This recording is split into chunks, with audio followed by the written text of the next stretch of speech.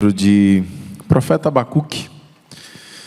Profeta Abacuque, no capítulo 2, o verso 1, somente, será o verso que nós estaremos pensando e refletindo nesta noite. E vamos continuar a série de mensagens, as promessas de Jesus. E hoje nós vamos compartilhar e falar um pouco sobre a oração e a espera. E é bem verdade que todos nós, estamos vivendo tempos desafiadores. Temos vivido tempos difíceis, são incertezas, medos, e quando saímos aqui da nossa região, quando olhamos de uma forma geral para o mundo que estamos vivendo, nós começamos a perceber que estamos vivendo de verdade em meio a um caos mundial. E a igreja de Jesus, a igreja do Senhor, é a igreja que está inserida nessa realidade. E muitas vezes nós podemos parar e nos perguntar: o que eu devo fazer em meio a uma realidade tão difícil e tão desafiadora como essa que nós estamos vivendo? Num cenário de dúvidas, num cenário de fronteiras fechadas, é tempo, meus queridos irmãos, de oração. É tempo de orar. É tempo de estarmos de joelhos na presença do nosso Deus. E eu quero trazer a você nessa noite, à luz da palavra de Deus, uma reflexão sobre a intensa relação entre a oração e a espera. Abacuque, capítulo 2, verso 1. E o texto sagrado, ele diz assim: agora vou subir à minha torre de vigia e esperar para ver a resposta que Deus vai dar à minha queixa. Feche seus olhos, vamos orar mais uma vez. Pai querido, nós te agradecemos. Te agradecemos pelo dom da vida, te agradecemos pela oportunidade de estarmos na tua casa. E o que nós te pedimos, Senhor Deus, é que o Senhor use a minha vida para falar ao teu povo, que o teu Santo Espírito, Pai, traga verdadeiramente transformação às nossas vidas. É a oração que fazemos no nome de Jesus. Amém, amém, amém. E o primeiro ponto que eu quero trazer para os irmãos está na seguinte expressão do profeta: esperar para ver. E essa expressão está na segunda parte do verso: esperar para ver a resposta que Deus vai dar à minha queixa. Abacuque, ele nos mostra, irmãos, de forma muito clara, que se você não estiver disposto a esperar, você também não estará disposto a ouvir o que Deus tem a lhe dizer.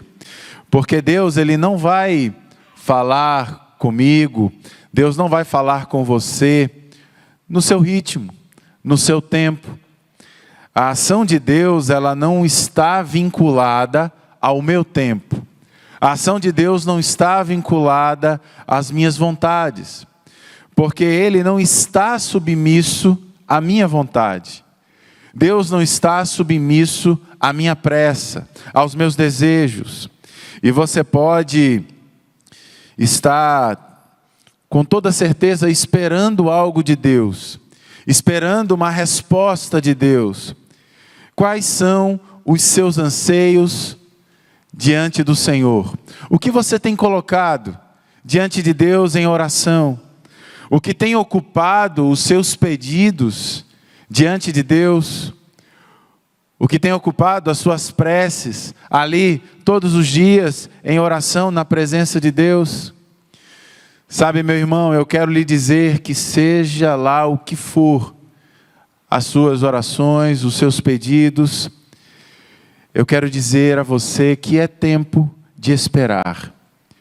É tempo de se submeter à espera.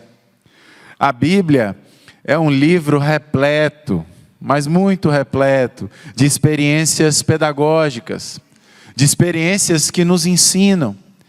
Veja comigo que a experiência do salmista nos ensinam duas atitudes importantes no processo da espera. E a primeira atitude que eu consigo identificar é o silêncio, é silenciar. Veja o que diz o Salmo 62, no verso 5. Ele diz assim: eu espero em silêncio diante de Deus, a minha esperança nele está. Eu fico pensando que esperar, pelo menos para mim, não sei se para você é assim, esperar é algo chato. Esperar é algo difícil. Mas o texto sagrado está nos dizendo que nós precisamos esperar em silêncio. Então eu fico imaginando que esperar já é difícil, já é complicado. E esperar em silêncio, fico imaginando que deve ser ainda mais difícil. É ainda mais complicado, é ainda mais desafiador a cada um de nós. E não é difícil esperarmos. Na vida nós esperamos em todos os lugares que nós vamos. Em alguns lugares encontramos filas. Ou de repente, quando entramos com um processo, temos que esperar a resposta do juízo. Em todo tempo temos que esperar, mas muitas vezes não esperamos da forma correta. Nós esperamos murmurando, nós esperamos reclamando. E o silenciar aqui, meus queridos irmãos, o que eu entendo da palavra de Deus, o que o texto nos ensina, é que o silenciar no texto sagrado é um exercício de dependência de Deus. É um exercício onde podemos, sim, descansar nos braços do Senhor. É como esperar algo valioso, é como esperar algo muito almejado, muito esperado, sem compartilhar com absolutamente ninguém. Sem falar nada com absolutamente ninguém. Mas Davi, melhor do que ninguém, ele sabia que já havia falado demais. Que já havia falado demais da conta. E assim então ele aprende que a sua espera precisava estar submissa ao Deus da sua vida. E eis os desafios que foram vivenciados pelo salmista. E diante de tantos desafios, ele nos ensina que precisamos aquietar a nossa alma. Precisamos aquietar o nosso coração. Precisamos aquietar a nossa língua. Às vezes, diante de uma situação difícil, complicada, queremos falar e falar e falar e falar, sendo que Deus está nos exortando e nos ensinando a aquietar a nossa língua, a aquietar os nossos pensamentos, a aquietar os nossos impulsos. Silenciar é encontrar quietude para a alma. Silenciar é encontrar paz. Silenciar é preencher-se da palavra de Deus, do texto sagrado, de momentos em silêncio entre você e Deus e mais ninguém. Mas há também uma segunda atitude que Davi nos ensina, e eu acredito ser algo desafiador para muitos de nós, que é a paciência. Digo isso baseado no Salmo 40, no verso 1. Salmo 40 que era muito, mas muito lido na minha casa pelo meu pai. Qualquer coisa que nós fazíamos lá em casa, meu pai dizia, vamos ler o Salmo 40. Estávamos lá lendo o Salmo 40. E eu me lembrei rapidamente desse texto. E o Salmo 40, no verso 1, ele diz assim: esperei com paciência pela ajuda de Deus, o Senhor. Ele me escutou e ouviu o meu pedido de socorro. Paciência, meus queridos irmãos, é tempero raro nos nossos dias. Paciência é algo difícil de se ver nos dias em que vivemos. Davi escreve essas palavras no seguinte contexto, na seguinte situação: problemas emocionais seríssimos, apaixonou-se perdidamente por uma mulher, e por causa desta mulher, quem conhece as histórias do texto sagrado, e por causa dessa mulher, ele fez coisas terríveis. Ele caiu em pecado, ferindo o seu coração, ferindo o coração de Deus, ferindo outras pessoas. Quer mais? Problemas com os filhos, cobranças do governo e outros inúmeros problemas em que ele estava vivendo. Mas o fato é que mesmo diante dessas circunstâncias, Davi estava confiante na orientação de Deus. Davi estava confiante no Senhor. Por isso tome muito cuidado, meus irmãos, com a impaciência. Tome muito cuidado. A impaciência, ela pode trazer, ou melhor dizendo, ela traz frutos muito amargos para a nossa vida. Frutos como a precipitação, frutos como a incredulidade. E esse sentimento de incredulidade, de impaciência, ele pode sim fazer com que muitas vezes a gente possa desanimar no caminho da santidade, desanimar do caminho da fé, desanimar do caminho do conhecimento da palavra de Deus. A impaciência muitas vezes pode trazer a incredulidade. E a incredulidade, ela é muito, muito perigosa, porque ela tem o poder de apagar a nossa fé. Mas veja que o salmista, assim como o profeta Abacuque, ele nos traz a opção de um outro tipo de espera. A espera com esperança. Veja só o que diz o Salmo 105 no verso 5. Ele diz assim: eu espero com expectativa, confiando em Deus para ajudar, pois Ele prometeu. Sabe o que Davi quer dizer com esperar com expectativa? É a conjunção do verbo esperançar. É esperar com fé, meu irmão. É esperar com certeza. Rubem Alves, ele escreve algo sobre a esperança. E ele fala de forma poética. E ele diz assim: esperança é o oposto de otimismo. Otimismo é quando, sendo primavera do lado de fora, nasce primavera do lado de dentro. Esperança é quando, sendo seca absoluta do lado de fora, continuam as fontes a borbulhar dentro do coração.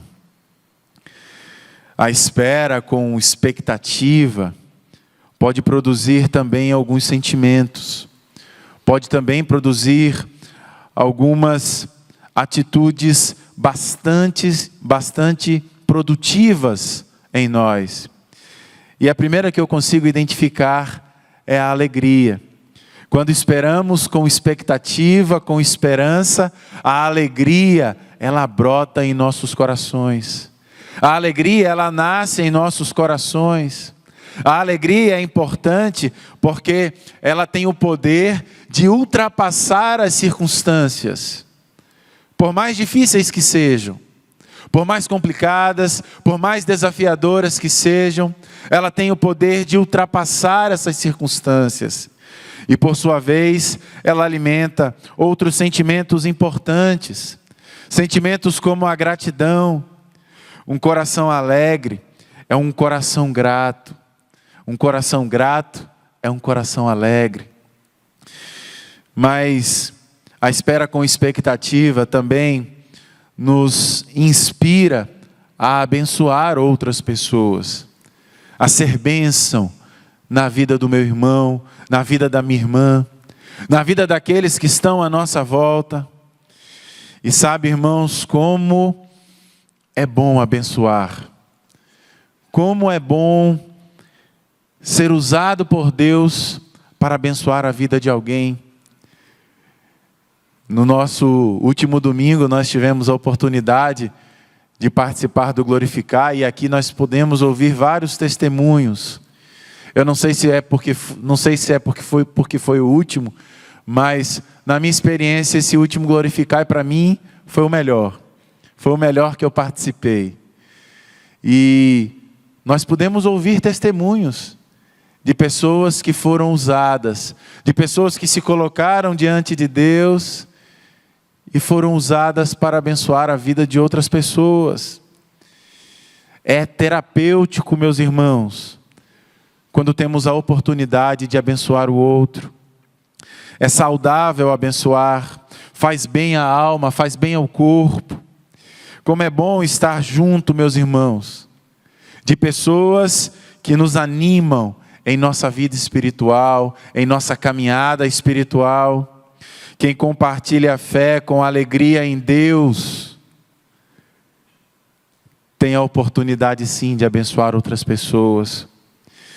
E sabe, irmãos, fé é uma atitude essencial diante das angústias. Fé é uma atitude essencial diante dos problemas. No meio de incertezas, a fé ela tem o poder de brotar, de nascer em nossos corações, em meio às incertezas que vivemos todos os dias, que a vida muitas vezes nos apresenta. A fé, todos nós sabemos disso, a fé não é adivinhação, a fé não é um salto no escuro. A fé, meus queridos irmãos, o texto sagrado nos diz que fé é certeza. Hebreus capítulo 11, verso 1, o texto diz assim: a fé é a certeza daquilo que esperamos e a prova das coisas que não vemos. Fé é certeza. Mas há também um segundo ponto que quero trazer para os irmãos. E este segundo ponto está na primeira parte do texto, que diz assim: agora vou subir a minha torre de vigia. Está na primeira parte do texto. E eu quero dizer aos irmãos que já é hora de dobrarmos os nossos joelhos. Já é hora de estarmos com os nossos joelhos dobrados. Eu quero que os irmãos entendam que o sentimento de urgência que há no texto sagrado, o sentimento de urgência que há nas palavras do profeta Abacuque. Parece que desde os tempos do profeta Abacuque, o povo de Deus sempre deixava a oração por último. Diante de todos os planos que ali estavam, a oração me parecia estar sempre em último lugar. Talvez por isso ele comece o texto dizendo: agora vou subir a torre de vigia, enfatizando a urgência de estarmos de joelhos em oração. Eu quero lhe contar uma história de Jesus. Jesus já estava há alguns dias, caminhando com seus discípulos. Aqueles homens já haviam sido confrontados, aqueles discípulos já haviam sido confrontados por várias vezes sobre as verdades do Evangelho. E Jesus ensinou novos valores àqueles homens, àquelas mulheres.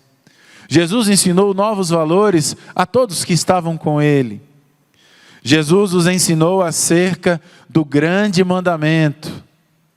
Toda a lei, então, estava submissa ao amor de Deus.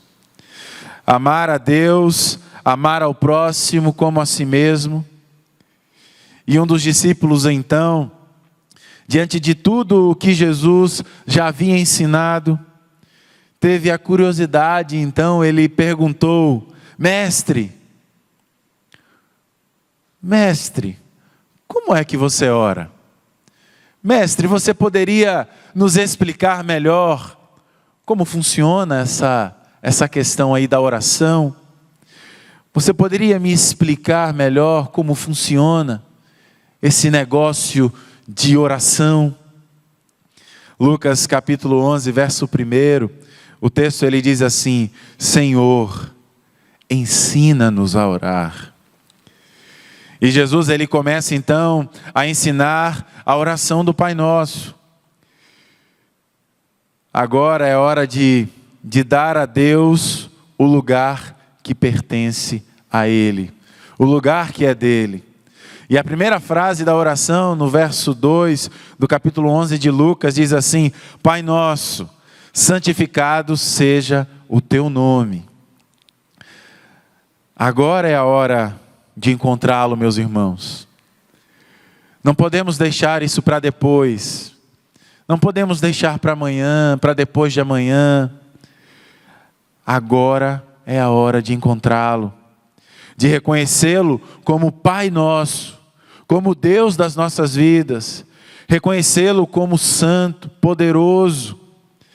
Quando Moisés, Ana, Davi, Daniel, Neemias e tantos outros no Antigo Testamento oraram, prontamente começaram com declarações genuínas de reverência a Deus, de Deus como Criador do mundo, de Deus como Criador de todas as coisas, de Deus como o Senhor, o governador das nossas vidas, como o Senhor da igreja. E sabe, irmãos, a hora de vivermos a espiritualidade é agora. Não podemos deixar para amanhã. Não, depois eu me resolvo com o Senhor. A hora é agora. A hora de reproduzir o padrão de santidade é agora. A hora de buscarmos ter uma vida de santidade e de busca pela palavra de Deus, de intimidade com o Senhor, precisa ser agora, precisa ser hoje. Eu não sei se você é assim, e espero que não seja, mas há pessoas que só se achegam para Deus quando está ali, no limite, né? No limite, já passou do limite, na verdade. No limite da ansiedade, no limite dos problemas, no limite do desespero, quando tudo parece estar esborrando, e a pessoa não se aguenta mais. Então, quando tudo está dando errado, quando eu não consigo fazer nada, aí eu lembro de Deus. Aí eu lembro que eu posso orar, que eu posso clamar a presença de Deus. Por isso, ouça o que eu vou lhe dizer. A oração, ela não existe para saciar uma ansiedade doente. Atente para isso. A oração não existe para saciar uma ansiedade doente ou para acalmar os corações desesperados. Mas a oração existe para alimentar uma vida de dependência diária de Deus. Uma dependência de todos os dias, todo momento, todo minuto, todo segundo. Estarmos completamente dependentes de Deus. Deus tem poder para acalmar o nosso desespero? Eu creio. É claro que Ele tem. Ele tem o poder de nos acalmar? É claro que Ele tem. Mas a oração, ela existe para que tenhamos comunhão com o Senhor. A oração existe para que tenhamos intimidade com o nosso Deus. O que Jesus nos ensina é que o ideal de Deus para nós é que nós antecipemos as crises. Que a gente busque ao Senhor antes das crises, antes das dificuldades. Que a gente dependa de Deus, apesar do que acontecer, apesar dos problemas, apesar das dificuldades.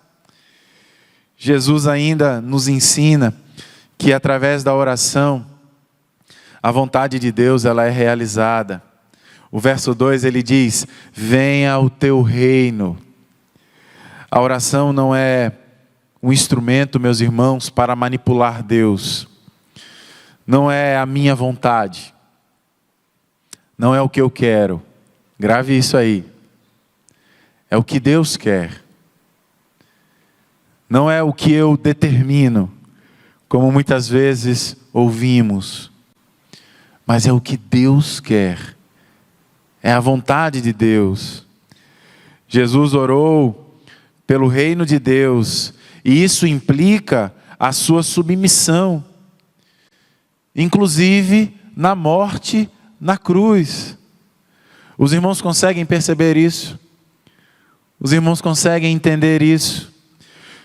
Aqui Jesus colocou a vontade do Pai acima dos seus próprios interesses. E por muitas e muitas vezes não estamos dispostos a fazer isso. Não estamos dispostos a viver os planos de Deus para nós. Porque achamos que temos a resposta certa para tudo. Porque achamos que o meu plano é o melhor plano. Que a minha solução é a melhor solução. Todavia, não seja como eu quero, mas como tu queres. É o que diz o texto sagrado. Mateus capítulo 26, verso 39. Oração não existe somente para lançarmos nossos pedidos a Deus. Senhor, me dá isso. Senhor, me dá aquilo. Senhor, faz isso, faz aquilo outro. Ela não existe para legitimarmos os nossos desejos. Ela existe para que Deus faça a vontade dEle em nós. A oração existe para que Ele faça a vontade dEle no mundo em que nós vivemos. Mas Jesus também nos ensina, através da oração, que precisamos desenvolver a dependência de Deus para a satisfação das nossas necessidades físicas. O verso 3, ele diz assim: o pão nosso cotidiano dá-nos de dia em dia. E aqui eu quero frisar para você, nessa noite, que não há na ciência teológica nenhum vestígio de que Jesus está se referindo aqui à riqueza ou a riquezas. Não é isso que o texto está querendo dizer. O que Jesus nos mostrou aqui é a urgente dependência de Deus para as necessidades básicas da existência diária de cada um de nós. Jesus está a nos revelar que precisamos de Deus todos os dias.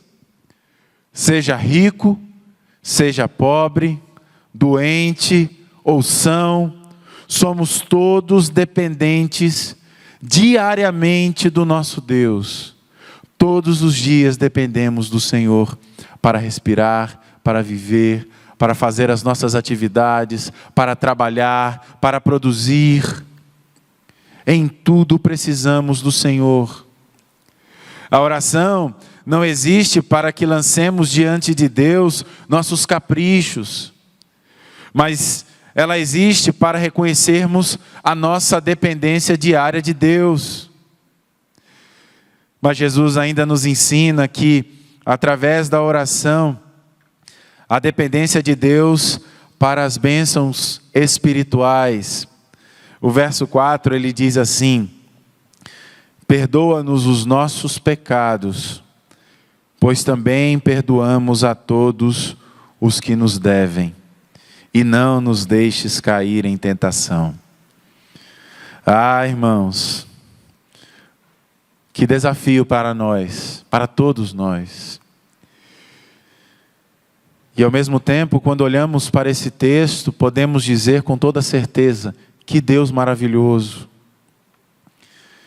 Depender dele para as nossas necessidades espirituais é tudo o que precisamos. É nele que entendemos que precisamos de perdão, que precisamos também perdoar. Eu não sei qual a sua realidade. Eu não sei se você, de repente, precisa perdoar. Eu não sei se você precisa de perdão. Mas isso é algo que é desafiador para todos nós, na nossa caminhada, no nosso dia a dia. Precisamos amar, precisamos perdoar. Precisamos ser perdoados. A oração é caminho, meus queridos irmãos, para o perdão. E ela também existe para que tenhamos força para perdoar. Porque sem relacionamento com Deus, sem comunhão com o Senhor, sem intimidade com o Senhor, não vem com essa que você vai perdoar, que você não vai conseguir não. Porque isso vem de Deus. Isso não vem de nós. Portanto, se sua vida com Deus não está firme, não venha com essa que você perdoou, que você não perdoou foi coisa nenhuma. Porque é através de Deus. É somente por Ele. Não há poder em nós. Não há poder em nós. É somente pelo poder de Deus. A oração é um desafio constante, meus queridos irmãos. A oração é um desafio constante ao exercício do perdão. E eu quero caminhar para o fim. Quero concluir dizendo a você que o tempo de desenvolver essa dependência de Deus para viver esses valores importantes na sua vida, na nossa vida, é agora. O desafio é agora. E eu quero terminar essa reflexão desafiando você a se comprometer com uma vida de oração. A ser uma igreja que ora. A ser uma igreja que busque ao Senhor em oração.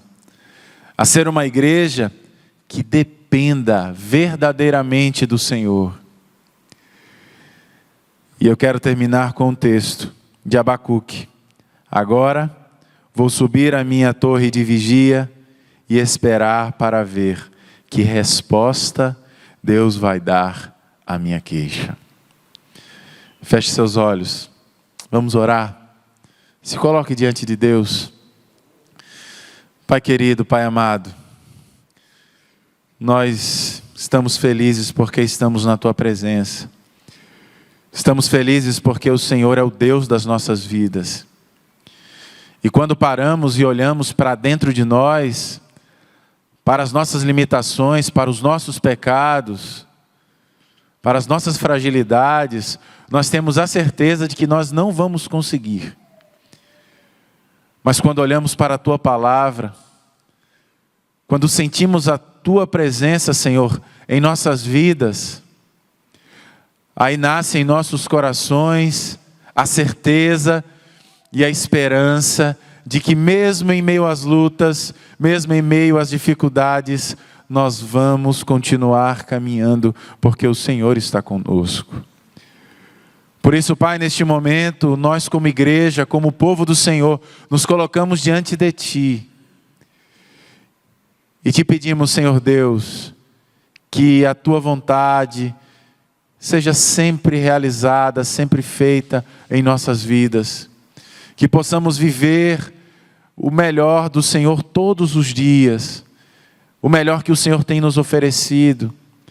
Que não possamos, Senhor Deus, cair nas ciladas de Satanás. mas que possamos estar com os nossos corações abertos para amar, para abençoar, para perdoar, para sermos instrumentos do Senhor na vida da igreja, para sermos instrumentos do Senhor na vida das pessoas que estão à nossa volta. Continue, Senhor Deus, a nos desafiar. Continua, Senhor Deus, a mudar o nosso caráter, a mudar a nossa personalidade, para que possamos cada vez mais sermos igual a Jesus. É a oração que fazemos, no nome de Jesus. Amém, amém e amém. Estamos chegando ao fim da nossa celebração e quero me despedir daqueles que nos acompanham pela internet. Que a graça e que a paz do Senhor seja sobre sua vida. E agora, então, estaremos nos dirigindo para o nosso momento de comunhão, para o nosso momento de confraternização que temos no nosso salão social e que nós vivenciamos esse tempo com muito amor e também com muita alegria. Que Deus nos abençoe. Amém, amém.